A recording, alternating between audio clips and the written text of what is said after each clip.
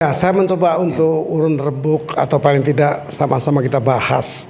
Saya tidak memasuki putusan maupun kasusnya, tapi kira-kira mendengar uraian Bapak yang barusan ini, saya mempunyai gagasan baru untuk menemukan apakah ada dalam kasus ini kebijakan yang dilanggar dan menimbulkan tuntutan sehingga menimbulkan putusan.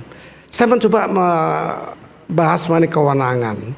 Kewenangan diatur di Undang-Undang 30 tahun 2014 itu mengenai administrasi negara. Di sini saya akan mempersoalkan, mungkin bisa dipikirkan juga oleh semua pihak di sini. Ada kewenangan atributif, ada kewenangan delegasi dan mandat. Kebijakan ini dibuat dari yang mana? Kemudian lanjutannya, kewenangan itu apakah disalahgunakan, penyalahgunaan wewenang. Tadi saya sempat mendengar bahwa ada blocking terhadap merek-merek tertentu. Ini saya dengar tadi, saya tidak memahami betul apa tidak, tapi saya dengar seperti itu. Nah, ini apakah merupakan penyalahgunaan wewenang seorang menteri? Ini pertanyaannya. Kemudian apa mencampur adukan wewenang antara yang bersangkutan sebagai pemilik perusahaan dan sebagai pejabat negara berstatus menteri? Ini hal-hal yang perlu juga dipertimbangkan. Jadi bukan hanya kerugian negara saja dalam bentuk kerugian, tidak. Berbagai hal bisa dikaitkan kalau dilakukan. Ini pandangan saya. Kita teliti, ada apa tidak penyalahgunaan wewenang dalam jabatannya. Ada tadi saya dengar ada blocking apa tadi? Tolong dijelaskan, mungkin Bapak tahu. Ada blocking untuk merek misalnya.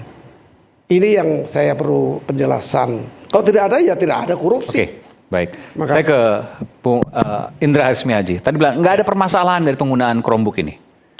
Ya, jadi saya akan menggunakan perspektif pendidikan ya, karena saya orang pendidikan, saya nggak mau nyentuh urusan hukumnya. Jadi disclaimer dulu, saya praktisi pendidikan, spesialisasi saya adalah teknologi pendidikan. Salah satu program yang saya pernah tangani adalah program One Bestarinet, yaitu program yang tadi disampaikan oleh Prof. Gayus, pengadaan Chromebook di Malaysia yang diadakan sejak tahun 2011 itu menyasar 10.000 sekolah yang harusnya diselesaikan selama 15 tahun ya, tetapi dihentikan baru di tahun ke-8 2019 dihentikan. Atas kebijakan Nadiem ini? Bukan, ini kita Chromebook di Malaysia. Oh, Malaysia. Di Malaysia. One Bestarinet ini Malaysia. Oke. Kenapa dihentikan? Karena yang harusnya proyek ini ada 3, membangun BTS di tiap sekolah untuk 4G, memberikan yang namanya Frog Learning Environment, itu LMS-nya, dan Chromebook. Setelah 8 tahun berjalan, ternyata adopsinya, bagaimana sekolah memanfaatkan teknologinya itu di bawah 5%. Jadi di stop. Karena kalau diteruskan, yang rugi adalah rakyat Malaysia kan. APBN mereka terbuang sia-sia, uangnya begitu banyak, ya kan. Tetapi nggak ada manfaatnya. Adopsinya hanya 5%. Beli Chromebook di Malaysia nggak dipakai, kurang lebih gitulah. Kurang lebih nggak dipakai. Kenapa? Karena dalam transformasi pendidikan itu harus 3 hal yang harus disiapkan: infrastruktur, infostruktur, dan infokultur. Infokulturnya nggak disentuh ini. Infokultur itu apa? Infokultur itu mengubah kultur budaya. Orang ngajar di papan tulis, itu beda dengan ngajar dengan pakai laptop. Iya, betul. Ya kan? Itu kulturnya yang tidak disiapkan, makanya dihentikan di sana karena adopsinya kurang dari 5%. Nah, ini kan pertanyaan adalah negara mana yang begitu bodohnya mau mengulangi kesalahan yang sama tanpa membuat kajian dulu dengan baik, kan itu pengalaman saya. Di Indonesia sendiri saya sangat pengalaman dengan Google karena saya orang pertama yang ditunjuk Google untuk melaksanakan yang namanya Google for Education untuk 1 kabupaten, itu di Sidoarjo. Jadi pengalaman sekali, dan bahkan di eranya Pak Nadiem saya juga termasuk orang yang mempromosikan Chromebook ini ke sekolah-sekolah swasta. Saya diundang untuk ada beberapa tour lah, beberapa kota. Jadi paham betul. Jadi kalau tadi dikatakan Chromebook itu bisa digunakan tanpa internet, betul. Tapi analoginya kayak kita punya motor, terus ditaruhnya di panggung ini nih, muter-muter aja di sini nih, nggak kemana-mana. Itu kurang lebih kalau Chromebook tanpa internet. Oke. Jadi manfaatnya akan kecil sekali. Jadi di sini saya nggak orang mengatakan saya mewakili merek tertentu lah, nggak sama sekali. Dan saya tidak pernah punya proyek dari pemerintah ya, dari Kemendikbud sama sekali tidak. Jadi ini betul-betul. Jadi Anda menilai bahwa apa yang disampaikan oleh Bung Ari Yusuf Amir bahwa Chromebook itu digunakan secara luas dan 90% puas, Anda tidak meyakini itu? Saya sangat yakin itu karena saya Anda juga meragukan itu? Saya melakukan survei sendiri juga. Anda meragukan data itu? Iya, gitu. Karena seharusnya pasti tidak akan bisa efektif. Pasti tidak akan efektif karena di Malaysia saja yang tadi dibangun BTS itu aja nggak berjalan. Tadi Pak Alexander Pramod mengatakan gagal di 3T, pembangunan BTS-nya gagal. Ya udah pasti Chromebook-nya juga nggak jalan dong. Karena kalaupun jalan ya cuma bisa yang betul-betul sangat limited sekali. Nah ini kalau kita lihat background-nya ya, Kemudian kalau kita bicara masalah tadi Mas Agus menyebutkan tentang konflik kepentingan. Konflik kepentingan itu bisa kita hindari sebetulnya. Kalau sejarah Indonesia, kita kan selalu bicara tokoh anti korupsi itu Jenderal Hugeng. Ya kan? Jenderal Hugeng sebelum jadi Kapolri, dia kan polisi biasa. Untuk menambah income keluarganya, dia harus meminta istrinya jualan bunga, toko bunga. Tapi begitu beliau diangkat, waktu itu belum jadi Kapolri, diangkat menjadi kepala imigrasi. Apa yang dia lakukan?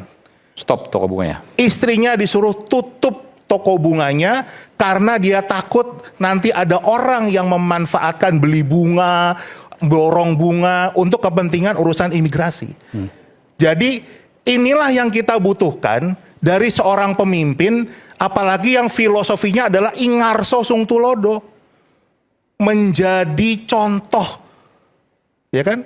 Nah, sedangkan kita lihat tadi sudah kita bahas semua, banyak konflik kepentingan dari Pak Nadiem. Sudah dikatakan ada investasi dari Google ke perusahaannya Pak Nadiem. Itu kan sudah ada hubungan. Otomatis pasti ada atau tidak ada saling menguntungkan, tapi sudah ada hubungan nih. Orang sudah pasti berpikir, loh ada konflik kepentingannya, ya kan? Belum lagi kita bicara lagi terdakwa yang DPO. Itu suaminya adalah petinggi dari perusahaan yang punya lisensi Chromebook ini. Oke, suami juristan. Iya. Penjelasan lagi ya, tadi juga agak keliru mengatakan masalah Google nggak dapat apa-apa kan gitu. Setiap penjualan Chromebook, Google mendapatkan revenue karena dia megang lisensinya. Tapi penjualan laptop tidak berarti Windows atau Microsoft mendapatkan revenue. Itu beda. Ya kan? Itu harus kita clear di sana. Karena subscribe, langganan apapun. Mereka harus beli dulu. Ya. Jadi kita bisa beli laptop tanpa Windows, diisi Linux bisa. Tapi kalau Chromebook itu sudah pasti ada revenue yang akan lari ke Google, berapapun itu.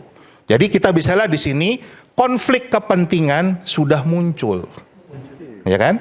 Nah, kemudian kita lihat lagi sejarahnya. Tahun 2018, tim Pak Muhadjir juga sudah ditawari oleh Google untuk menggunakan Chromebook ini. Hasil kajiannya mengatakan ini tidak bisa dipakai. Karena tadi juga belajar dari Malaysia kan, juga nyoba ini disarankan tidak digunakan. Begitu. Saya bulan Februari 2020 itu diundang Pak Nadiem ke kantornya bertemu 4 mata. Saya juga jelaskan problem ini. Hati-hati Pak Nadiem, karena saya punya pengalaman dulu di Malaysia begini. Jangan Anda memaksakan kalau Chromebook itu akan dijalankan. Ini tahun 2020 awal loh. Saya sudah mengingatkan seperti itu. Ya kan? Kemudian tahun 2020 bulan Oktober, DPR mengingat, karena sudah belanja tuh, sudah mulai belanja Chromebook. Ada itu beritanya. DPR mengingatkan ini nyebar laptop tapi nggak bisa dipakai karena jaringannya nggak ada. Itu DPR yang menyebutkan itu, ada beritanya. Bulan Juli 2021 di channelnya Gadgetin itu sudah dibahas tentang Chromebook ini laptop spek 4 juta, harga 10 juta. Itu kan bagian dari mengingatkan kan gitu loh. Ini bahaya nih, ada kemungkinan-kemungkinan yang tadi penyelewengan dan lain sebagainya. Saya nggak mengatakan orangnya siapa, tapi kan ini sudah bentuk dari concern kita bersama. Agustus 2021, saya mengundang pakar dari Malaysia untuk kita diskusikan bagaimana sebetulnya problem Chromebook ini di Malaysia. Saya kirimkan diskusinya ke Pak Nadiem sendiri, ke tim eselon satunya, semua nggak digubris juga. September 2021 dari LBH, dari P2G, jadi organisasi guru juga mengingatkan hal yang sama. Oktober 2021 ICW memberikan juga warning yang sama tentang pengadaan ini harus berhati-hati. Ya kan? Jadi pertanyaan kita adalah sudah begitu banyak pihak yang mengingatkan, kenapa memaksakan juga? Kenapa harus juga pakai yang itu dengan angka yang begitu banyak?